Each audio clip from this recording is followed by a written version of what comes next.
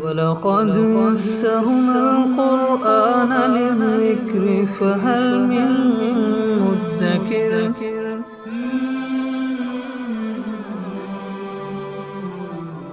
سورۃ النساء آیت نمبر 2 اعوذ باللہ من الشیطان الرجیم بسم اللہ الرحمن الرحیم وآتوا اليتامى أموالهم ولا تتبدلوا الخبيث بالطيب ولا تأكلوا أموالهم إلى أموالكم إنه كان حوبا كبيرا۔ اور یتیموں کو ان کا مال دے دو اور برے مال کو اچھے مال کے ذریعے سے تبدیل مت کرو، اور ان کے اموال اپنے اموال کے ساتھ ملا کر مت کھاؤ، یقیناً یہ بڑا ظلم ہے یا بڑا گناہ ہے۔ یتیم کہتے ہیں اس بچے کو یا بچی کو جو ابھی نابالغ ہو اور اس کا والد فوت ہو جائے۔ البتہ جب بچہ بالغ ہو جاتا ہے تو پھر اس کو یتیم نہیں کہا جاتا، کیونکہ حدیث پاک میں آتا ہے کہ یتیمی بلوغت کے بعد نہیں ہوتی، بلوغت تک یتیمی ہوتی ہے۔ اور حیوانات کے اندر اس بچے کو یتیم کہہ دیں گے جس کی ماں فوت ہو گئی، کیونکہ حیوانات کے اندر جو بچے ہوتے ہیں وہ ماں کی طرف منسوب ہوتے ہیں۔ انسانوں کے اندر بچے اولاد باپ کی طرف منسوب ہوتے ہیں، باپ سے نسب چلتا ہے۔ ویسے یتیم کہتے ہیں یکتا کو، اکیلے کو، تنہا کو، اس لیے وہ موتی جو اکیلا ہو، اس جیسا دوسرا موتی نہ ہو تو اس کو بھی در یتیم کہتے ہیں، تنہا اور یکتا موتی۔ تو بہرحال ایسی صورتیں اس وقت بھی تھیں اور آج بھی ہیں کہ کسی کا والد فوت ہو جائے اور بچے چھوٹے ہوں تو وہ مال وغیرہ خود خرچ نہ کر سکتے ہوں، تو ان کا کوئی چچا، کوئی ماموں یا کوئی اور رشتہ دار، یا رشتہ دار نہ ہو تو ویسے کوئی ذمہ دار بن جائے، تو اس کے لیے یہ احکامات مذکور ہیں کہ ان کے اموال ان کو دے دو۔ یعنی کہ جب بچہ اس کے اندر اپنے مال خرچ کرنے کی صلاحیت پیدا ہو جائے، سوچ سمجھ پیدا ہو جائے، چاہے ابھی بالغ نہ ہوا ہو لیکن وہ سمجھدار ہو گیا، اب وہ پیسے ضائع نہیں کرتا، اس کو پتہ ہے چھوٹے بڑے نوٹ کا، اور اس کو پتہ ہے کہ کہاں خرچ کرنے ہیں کہاں نہیں خرچ کرنے، تو اس موقع پر اس وقت میں بچے کو اس کا مال دے دیا جائے۔ اس سے پہلے اس کے مال کو محفوظ رکھا جائے تاکہ یہ بچہ پیسے کو ضائع نہ کر بیٹھے، کیونکہ دیکھیں آیت کے اندر تو یہ نہیں ہے کہ تم ان کے اموال کو محفوظ رکھو، آیت میں تو ہے کہ تم ان کو ان کے اموال دے دو، تو دینا تبھی ہوگا نا کہ جب پہلے وہ آپ کی حفاظت میں مال ہو۔ اور دوسری بات یہ ہے کہ وَلَا تَتَبَدَّلُوا الْخَبِيثَ بِالطَّيِّبِ، ایسا مت کرو کہ عمدہ مال خود لے لو اور اس کی جگہ گھٹیا مال رکھ دو۔ پہلے تو اموال کے اندر یہ بھی ہوتا تھا، بلکہ آج بھی ہو سکتا ہے کہ اموال میں حیوانات ہوں، اب اچھا جانور خود لے لیا، اس کی جگہ جو بوڑھی بکری ہے یا بیمار بکری ہے وہ اس کے نام پر کر دی، یا استعمال کی چیزوں میں بھی ایسا کر لیا، تو اس سے بھی منع کر دیا کہ یہ خیانت ہے، ایسا مت کرو، جو ان کا مال ہے وہی ان کو دو۔ اور وَلَا تَأْكُلُوا أَمْوَالَهُمْ إِلَىٰ أَمْوَالِكُمْ، اور یہ مت کرو کہ ان کا مال اپنے مال کے ساتھ ملا کر خلط ملط کر کے پھر اس امید پر کھا لو کہ یہ تو بس اب ٹھیک ہے، اس میں کیا بھی حساب کتاب کرنا ہے۔ اپنی جگہ یہ بات ثابت ہے کہ قرآن کریم نے اس چیز کی اجازت دی ہے کہ اگر کھانے پینے کا مسئلہ ہو تو ان کے اموال کو اپنے مال کے ساتھ ملا لو، لیکن اس کے اندر بھی نیت یہ ہو کہ ان کا مال ضائع نہ ہو اور ان کا مال زیادہ ہماری طرف نہ آئے، کیونکہ پہلے جب احکامات نازل ہوئے تو بہت زیادہ اہتمام شروع کر دیا تھا اس چیز کا کہ بچے کے مال کو الگ رکھا جائے، اب اس کے مال سے الگ اس کا کھانا خریدا، اب جتنا بچے نے کھایا بقیہ وہ کھانا ضائع ہو گیا، وہ خود بھی نہ استعمال کیا اور بچہ بھی زیادہ نہیں کھا سکتا تھا، تو وہ ان کا مال کا نقصان ہوا۔ تو قرآن نے پھر اجازت دے دی کہ اپنے مال کے ساتھ ملا کر کھانے پینے میں ان کا کر لو حساب کتاب، لیکن اس کے اندر بھی احتیاط لازم ہے کہ ان کے ساتھ زیادتی نہ ہونے پائے۔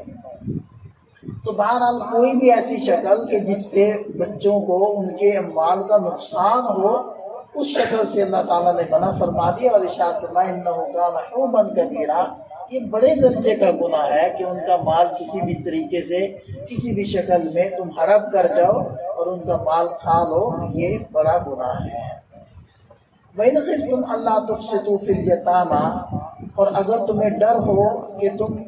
یتیموں کے بارے میں انصاف نہ کر سکو گے، فَانْكِحُوا مَا طَابَ لَكُم مِّنَ النِّسَاءِ، تو پھر ان عورتوں سے نکاح کر لو جو تمہیں اچھی لگتی ہیں، دو دو مثنا دو دو وثلاثا تین تین ورباع اور چار چار۔ ایسی شکلیں بھی تھی کہ کوئی بچی ہے وہ زیر کفالت آ گئی، نابالغ بچی، تو اب یہ اجازت تو تھی کہ جب یہ بالغ ہو جائے، جب یہ شادی کے قابل ہو جائے تو تم اس کو اپنے نکاح میں بھی لے سکتے ہو، لیکن ظاہری بات ہے وہاں بھی اسی چیز کا اہتمام کروایا گیا کہ کہیں فاسد نیت نہ ہو کہ ہم ان کو اپنے نکاح میں کر لیں گے تو کیا مہر دینا، بس معمولی مہر دے دیں گے، یہ معمولی بھی کیا دینا، کیونکہ کون پوچھنے والا ہے، ذمہ دار تو ہم خود ہیں۔ اسی طرح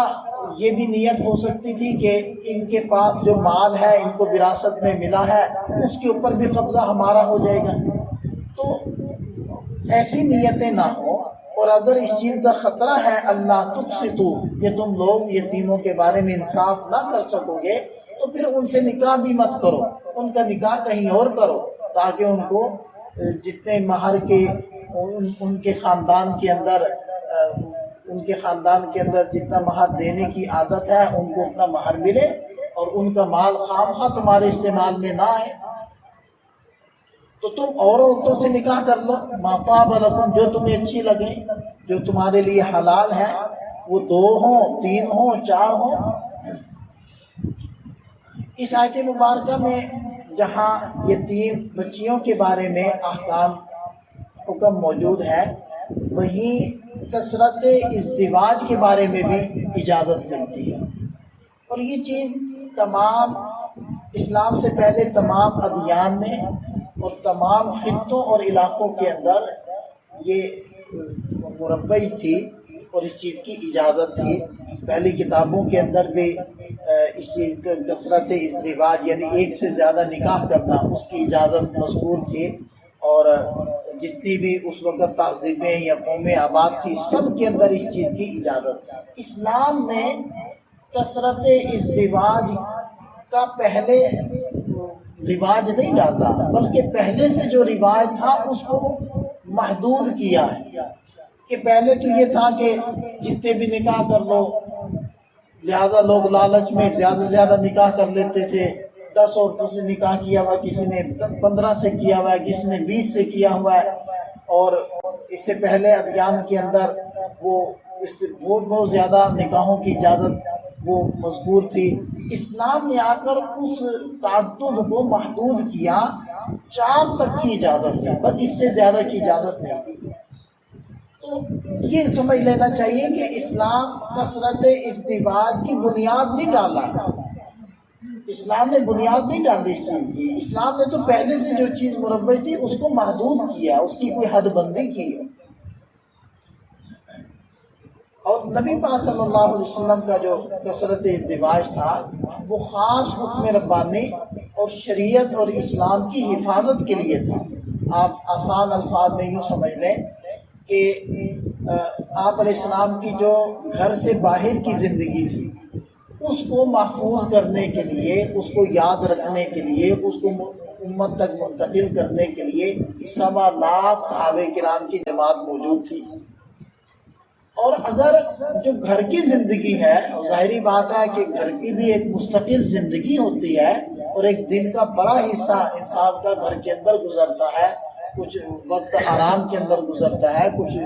وقت وہ خانگی معاملات کے اندر گزرتا ہے، تو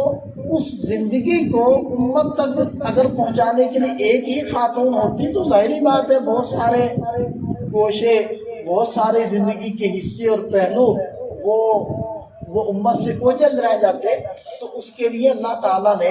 اپنے نبی صلی اللہ علیہ وسلم کو اجازت دی، لہذا ایک وقت میں 9 بیویاں آپ علیہ السلام کے نکاح میں رہی ہیں، تاکہ وہ آپ علیہ السلام کی جو گھر کی زندگی ہے اس کو امت کی طرف منتقل کرے۔ یہی وجہ تھی کہ حضرت عائشہ صدیقہ رضی اللہ عنہا ان سے 2000 سے زائد احادیث مروی ہیں، اور 200 سے زائد ان کے شاگرد تھے، اور علماء فرماتے ہیں کہ دین کا 1/4 حصہ اکیلی حضرت عائشہ صدیقہ رضی اللہ عنہا سے امت کو پہنچے، اور حضرت ام سلمہ رضی اللہ عنہا ان سے تقریباً 450 احادیث مروی ہیں، اور ان کے جو فتاوی جات تھے، ان سے جو مسائل پوچھے گئے مختلف مواقع پر، جو انہوں نے جو فتاوی دیے یعنی جوابات دیے، وہ اگر جمع کیے جائیں تو وہ پوری ایک کتاب بن جائے۔ تو اسی طرح دیگر ازواج مطہرات کا بھی معاملہ ہے۔ تو بہرحال یہ جو اجازت ملی ہے، یہ 4 تک کی اجازت ملی ہے، اور جب اسلام آیا ہے تو بہت سارے حضرات نے اس آیت مبارکہ سے پہلے ان کے نکاح کے اندر وہ زیادہ سے زیادہ عورتیں موجود تھیں، کسی کے نکاح میں 10 عورتیں تھیں، کسی کے نکاح میں 8 عورتیں تھیں، کسی کے نکاح میں 5 عورتیں تھیں، اس طرح مختلف تھیں۔ تو جب یہ قرآن کا حکم نازل ہوا تو ان حضرات نے اپنی دیگر بیویوں کو طلاق دے دی، اور 4 بیویاں اب وہ اپنے نکاح کے اندر رکھی ہیں۔ اور قرآن نے اگلی بات بھی کہی، فَإِنْ خِفْتُمْ أَلَّا تَعْدِلُوا فَوَاحِدَةً، اگر تمہیں یہ خوف ہو کہ تم برابری نہیں کر سکو گے، کیونکہ اگر ایک سے زائد نکاح کی اجازت دی ہے تو پھر اس کے احکامات بھی نازل کیے ہیں کہ اگر تم نے زائد نکاح کیا ہے تو ہر اعتبار سے برابری کرنی ہوگی، ان کے طرف توجہ دینے میں، ان کو وقت دینے میں، ان کے پاس اوقات گزارنے میں، ان کو اخراجات دینے میں، ہر معاملے کے اندر برابری ضروری ہے۔ اور اگر قرآن کہتا ہے کہ تم برابری نہیں کر سکتے فواحدۃ، تو بس پھر ایک پر گزارا کرو۔ او ما ملکت ایمانکم، اور اگر تمہیں یہ بھی خطرہ ہے کہ تم ایک بیوی کے بھی حقوق ادا نہیں کر پاؤ گے، یعنی کہ اس کے اخراجات وغیرہ نہیں برداشت کر سکتے، تو پھر تم باندی سے اپنے یہ معاملات اختیار کرو۔ اس زمانے میں ظاہری بات ہے باندیاں بھی تھیں۔ ذالک ادنیٰ اللہ تعولوا، یہ معاملہ بہت قریب ہے اس چیز کے کہ تم ناانصافی نہ کرو، تم ناانصافی نہ کرو، ناانصافی سے بچو، یہ اس چیز کے زیادہ قریب ہے۔ مولانا جمشید صاحب رحمۃ اللہ علیہ جو ہمارے استاد تھے بخاری شریف کے، تو انہوں نے ایک واقعہ ہمیں سنایا۔ مان لے گئے کہ میرے جو چچا تھے الف خان، کہتے وہ حضرت مولانا اشرف علی تھانوی صاحب رحمۃ اللہ علیہ کے مرید تھے، تو ان کے پاس آیا جایا کرتے تھے، خاص طور پر جب خوشی کے موقع ہوتے تو ان کے پاس تھانہ بھون میں کچھ ہدیہ لے کر جاتے۔ تو کہتے ہیں ایک مرتبہ عید کے موقع پر وہ گھر سے کچھ گھی، سوئیاں، دودھ اور یوں کی چیزیں وہ حضرت کے پاس ہدیے کے لیے لے کر گئے، ساتھ میں 2 برتن تھے، ہنڈیاں تھیں، وہ ایک تو سادی تھی اور ایک منقش تھی، وہ بھی لے کر گئے، تو حضرت کی خدمت میں پیش کی۔ تو حضرت نے باقاعدہ پیمانہ منگوا کر وہ سوئیاں بھی تول کر 2 حصوں میں کی، کیونکہ ان کے 2 نکاح تھے، ایک کو حضرت مولانا جمشید صاحب فرماتے ایک کو ہم بڑی اماں کہتے تھے، ایک کو چھوٹی اماں کہتے تھے۔ تو کہتے ہیں تول کر وہ سوئیاں 2 حصوں میں تقسیم کر کے وہ بھجوا دی، جو گھی تھا وہ بھی الگ کر کے پیمانے سے پیمائش کر کے وہ بھی، پھر دودھ تھا تو کہنے لگے کہ دودھ بھی پہلے بڑے پیمانے سے پیمائش کی، پھر چھوٹے سے حتیٰ کہ پھر چمچ لے کر اس سے ایسے الگ الگ اس کو کیا، وہ دونوں گھروں میں پہنچایا۔ اب آگے ان برتنوں کی باری، تو ایک تھی سادہ ہانڈی اور ایک تھی نقش و نگار والا۔ تو حضرت ثانی صاحب فرمان لگے کہ الف خان تم نے تو ہمیں پریشان کر دیا، ابھی کس کو سادی دیں کس کو منقش دیں، تو یہ تو برابری لازمی ہے اور اب تو برابری ہم کر نہیں سکتے۔ تو انہوں نے کہا کہ حضرت آپ پریشان کیوں ہوتے ہیں، آپ واپس دے دیں مجھے، آپ پریشان نہ ہو۔ تو حضرت نے میں لے لو، تو انہوں نے واپس لے لی اور خود سے باہر گئے، اور بچے کے ہاتھ جو منقش تھی نقش و نگار والی وہ چھوٹی اماں کی طرف بھجوا دی، اور جو ساتھی تھی وہ بڑی ان کی جو اہلیہ تھی ان کی طرف بھجوا دی، اور حضرت کے پاس آ کر کہنے لگے کہ جی برابری کے مکلف تو آپ تھے، میں تو نہیں تھا نا۔ تو وہ میں نے اس طریقے سے معاملہ کر دیا۔ تو حضرت نے کہا کہ یہ باتیں تم نے کہاں سے سیکھی؟ انہوں نے کہا کہ حضرت آپ کی صحبت کی برکت سے، آپ کی مجلس کے اندر بیٹھے اس برکت سے ہم نے یہ مسائل سیکھے۔ تو بہرحال اگر ایک سے زائد نکاح کرنے ہیں تو اسلام نے اجازت دی ہے، لیکن پھر ساتھ میں احکامات بھی دیے ہیں کہ پھر برابری بھی کرنی پڑے گی، اور اگر برابری نہیں کریں گے تو پھر اس کی وعیدیں بھی ہیں۔ اس لیے یہ شوق تو ہوتا ہے مردوں کو، اور یہ باتیں اچھی بھی لگتی ہیں، اور ساری زندگی یہ تذکرے کرتے کرتے گزر بھی جاتے ہیں، تو ایسے دل خوش کرتے رہتے ہیں۔ لیکن اگر کوئی کرنا چاہے تو بالکل کرے، لیکن اس کے جتنے بھی لوازمات ہیں اور پھر جتنے بھی اس کے احکامات ہیں اس کو بھی پورا کرے۔ اللہ تعالیٰ ہمیں سے مدد عطا فرمائے۔